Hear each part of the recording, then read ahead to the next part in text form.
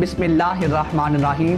السلام علیکم ناظرین، ایس ایم نیوز کے پلیٹ فارم اور پروگرام پوائنٹ آف ویو کے ساتھ میں ہوں آپ کا ہوسٹ سید مقدر رضا۔ ناظرین، ڈاکٹر تو ایک مسیحا ہوتا ہے، لیکن یہاں تو ڈاکٹروں کے نام پر جلاد اور راشی بیٹھے ہوئے ہیں۔ ڈاکٹروں نے اپنی دکانداری بنا رکھی ہے۔ D S Q teaching Sahiwal ہسپتال میں سرکاری اور پرائیویٹ عملہ انسانی زندگیوں کا دشمن بن گیا۔ ڈی ایس کیو ٹیچنگ ہسپتال ساہیوال چلڈرن وارڈ پہلے کی طرح غریب عوام پر doctor Aslam Javed house officer اور سری میڈ سیکیورٹی کمپنی کے سیکیورٹی گارڈ فرعون بن گئے۔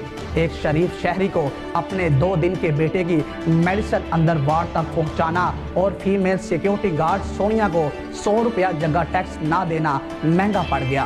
ڈاکٹر اسلم جاوید اپنی مرضی کی لیب پر بھیج کر وہاں سے ٹیسٹ کروا کر 50% تک کمیشن کمانے میں مصروف رہا۔ دن 11 بجے لواحقین کو انجیکشن لکھ کر دیے، جو تقریباً 2:30 بجے تک ایسے ہی پڑے رہے۔ Doctor Aslam Javed house officer اور سٹاف اپنی مستی میں موبائل فون پر لگے رہے۔ جب لواحقین نے بچے کی میڈیسن لگانے کا کہا تو اس فرعون نے بچے کی آکسیجن اتار دی اور بچے کو وارڈ سے باہر لے جانے کا کہتا رہا اور سرے عام FIR کی دھمکیاں دینا شروع کر دی اور میڈیسن کرنے سے صاف انکار کر دیا۔ بچے کی بگڑتی حالت دیکھ کر لواحقین نے چیخو پکار شروع کر دی کہ جس کو سن کر وہاں پر کافی لوگ جمع ہو گئے۔ لوگوں کے کہنے پر جب سٹاف نرس نے دوبارہ آکسیجن لگائی تو اس وقت بچے کی حالت جو ہے وہ بگڑ چکی تھی۔ جب لواحقین MS ڈاکٹر اسرار ظفر کے آفس گئے تو دفتر کو تالے لگے ہوئے تھے، اور اس کے بعد جب پرنسپل صاحب کے پاس گئے تو پرنسپل صاحب نے بات سننے سے صاف انکار کر دیا۔